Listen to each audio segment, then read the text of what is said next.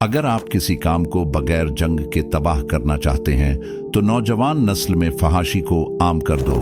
अस्सलामु अलैकुम दोस्तों, ये एक ऐसी हकीकत है जो आज हर समाज में आम होती जा रही है।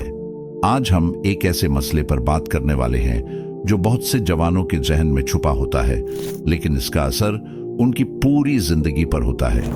क्या ये हमारी रूहानी, जहनी और जिस्मानी सेहत को मुतासिर करती है?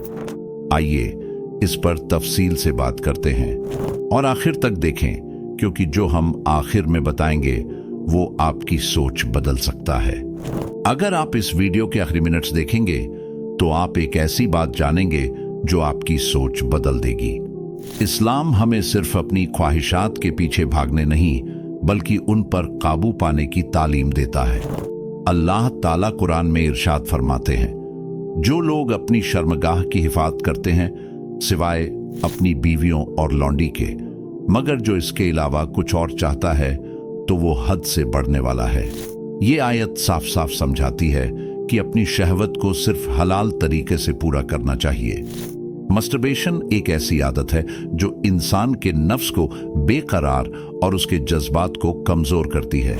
इस्लाम में सिर्फ इसीलिए इसको मना नहीं किया गया क्योंकि ये एक गुनाह है, बल्कि इसके पीछे एक गहरी हिकमत है।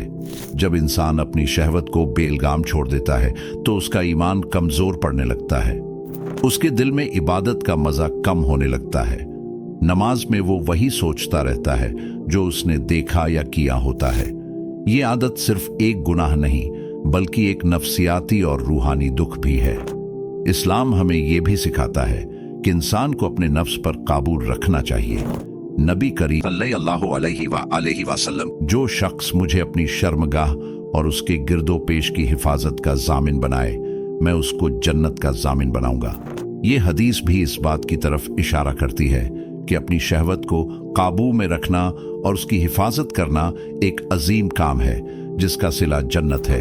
मस्टरबेशन इंसान को इस मकाम से दूर कर देती है और उसकी रूहानी तरक्की को रोक देती है। एक और हदीस में नबी करीम साफ ने फरमाया, ऐ नौजवानों की जमात, जो तुम में से शादी की ताकत रखता हो वो शादी कर ले, क्योंकि ये निगाह को ज्यादा झुकाने वाली और शर्मगाह की हिफाजत करने वाली चीज है। और जो शादी की ताकत न रखता हो वो रोजे रखे, क्योंकि ये उसके लिए शहवत को कम करने का जरिया है। ये हदीस हमें ये बताती है कि शहवत को कंट्रोल करने के लिए इस्लाम ने हलाल तरीके बताए हैं।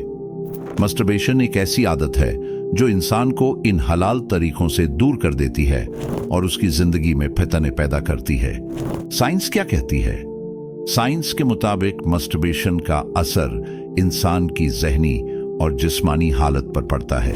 जब भी इंसान इस आदत में मुबतला होता है, उसका दिमाग डोपामाइन नाम का एक केमिकल रिलीज करता है जो थोड़ी देर के लिए सुकून देता है, मगर ये आदत एक नशा बन जाती है। ये नशा इंसान को असल जिंदगी के लज्जत से दूर कर देता है। डोपामाइन एक फील गुड केमिकल है, लेकिन इसका बार बार रिलीज होना इंसान के दिमाग को हैबिचुएट कर देता है। इसका मतलब है कि इंसान को वही सुकून हासिल करने के लिए इस आदत को बार बार दोहराना पड़ता है।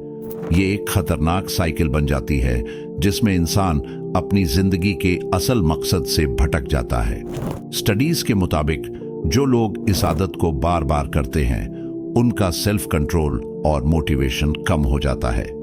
ये आदमी को डिप्रेशन और एंजाइटी तक ले जा सकती है। ये आदमी की प्रोडक्टिव जिंदगी को तबाह कर सकती है और इसका सबसे बड़ा असर उसकी पर्सनल और प्रोफेशनल लाइफ पर पड़ता है।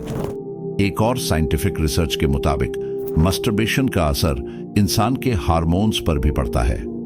टेस्टोस्टेरोन लेवल में कमी, थकान और जिस्मानी कमजोरी इसके असरात में शामिल हैं। इसके अलावा ये आदत इंसान के सोशल बिहेवियर को भी मुतासिर करती है। लोग इस वजह से अपने रिश्तों में बेगौर और बेसुकूनी महसूस कर सकते हैं। एक स्टडी के मुताबिक जो लोग मस्टरबेशन में मुबतला होते हैं उनकी मेमोरी और कंसंट्रेशन में कमी आ सकती है। ये आदत इंसान के दिमाग को थका देती है और उसकी जहनी सेहत को नुकसान पहुंचाती है। इसके अलावा मस्टरबेशन का असर इंसान के स्लीप साइकिल पर भी पड़ता है। जो लोग इस आदत में मुबत्तला होते हैं उनको नींद की मुश्किलात का सामना करना पड़ता है, जिसकी वजह से उनकी जिंदगी में थकान और बेसुकूनी बढ़ जाती है। अगर आप इस फितने से दूर रहना चाहते हैं तो आपको अपनी जिंदगी में एक मंजिल और मकसद लाजमी बनाना होगा।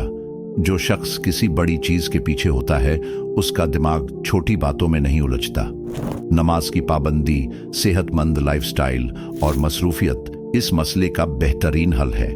के नमाज और जिक्र। नमाज और जिक्कार ओ अज़कार से अपने दिल और दिमाग को पाक रखें। नमाज इंसान को अल्लाह ताला से जोड़ती है और उसकी रूहानी ताकत को बढ़ाती है। डू सेहतमंद लाइफस्टाइल। अब एक्सरसाइजेस से आपकी एनर्जी पॉजिटिव तरीके से इस्तेमाल होगी और आपका दिमाग भी सेहतमंद रहेगा। 3 मसरूफियत। अपने आप को मसरूफ रखें। नई हॉबीज सीखें, किताबें पढ़ें या कोई स्किल डेवलप करें। मसरूफियत आपको इस आदत से बचाने में मदद करेगी। 4 सोशल कनेक्शन। अपने दोस्तों और फैमिली के साथ वक्त गुजारें। पॉजिटिव लोगों के साथ उठना बैठना आपको इस फितने से बचाने में मदद करेगा। 5 दुआ और तौबा। अल्लाह ताला से मदद मांगे और उसकी बारगाह में तौबा करे। दुआ और तौबा इंसान की सबसे बड़ी ताकत है। नौजवानों की कहानी। आदत के दलदल में फंसना पहला नौजवान। शुरुआत में मुझे लगा कि यह सिर्फ एक छोटी सी आदत है, लेकिन धीरे धीरे ये मेरी जिंदगी का हिस्सा बन गई। हर वक्त बस यही सोचता रहता।